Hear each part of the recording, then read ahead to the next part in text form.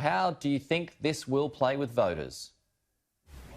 Well, that's the great and eternal question, Peter. The short answer is that nobody really knows. One thing is, though, this has certainly energised the base of both parties. The Christian right is fired up and out in force, ready to fight for this seat in the name of pro-life, whereas the Democratic base obviously is fighting for pro-choice. Either way, it would appear that an extraordinary constitutional train has left the station now. We have 9 justices on the Supreme Court with 1 vacancy following the death of Ruth Bader Ginsburg on Friday night. Now, the Constitution says that the President shall fill any vacancy and that the Senate shall provide advice and consent on that nomination.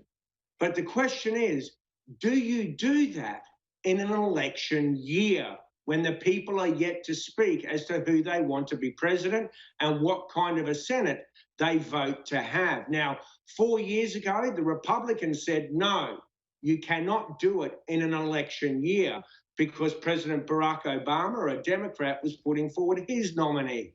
4 years later, now they've completely flip-flopped and they're saying they're going for broke to get this nomination pushed through. Now, we're 42 days out from Election Day, and this isn't just an election year nomination. This is an election nomination. In half of America's states, people are already voting.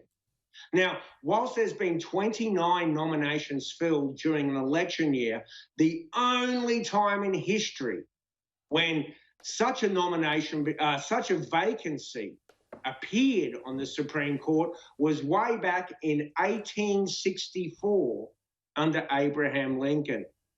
Now, that's a president that President Trump likes to intone all the time, and I can tell you President Lincoln waited until after the election. I mean, the thought is the people should speak to pick the president and the president should pick the nominee. And with only 42 days left on the clock, it's an average of 40 days to get to the first confirmation hearing, let alone a vote on the floor. And there were 4 Republican senators that Democrats were targeting.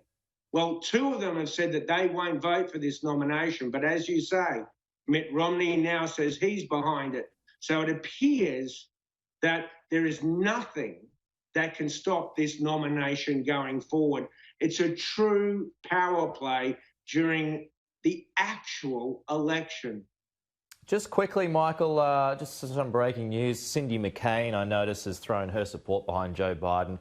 That's not going to surprise too many people, given the issues that Donald Trump had with John McCain, the late John McCain. What does this mean, though, for the state of Arizona?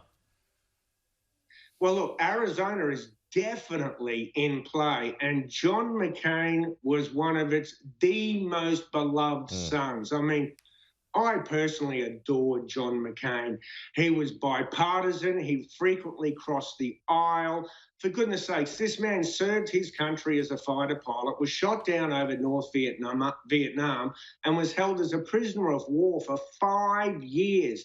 And because he was the son of an admiral, the Vietnamese offered to let him go, but he refused to leave until his other prisoners could leave.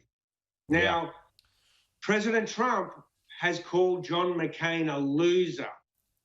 Yeah. But in terms of Arizona, I mean, it's a swing state, right? It is a swing state. It's definitely in play. And right now, you could say that the Democrats have their nose in front. And perversely, a quirk of legislation says that if the Senate flips in Arizona, then that senator under Arizona law must be sworn in November. So who knows what the situation is going to be come November when President Trump is trying to push this through with a brand new senator. All right. Michael, we're out of time.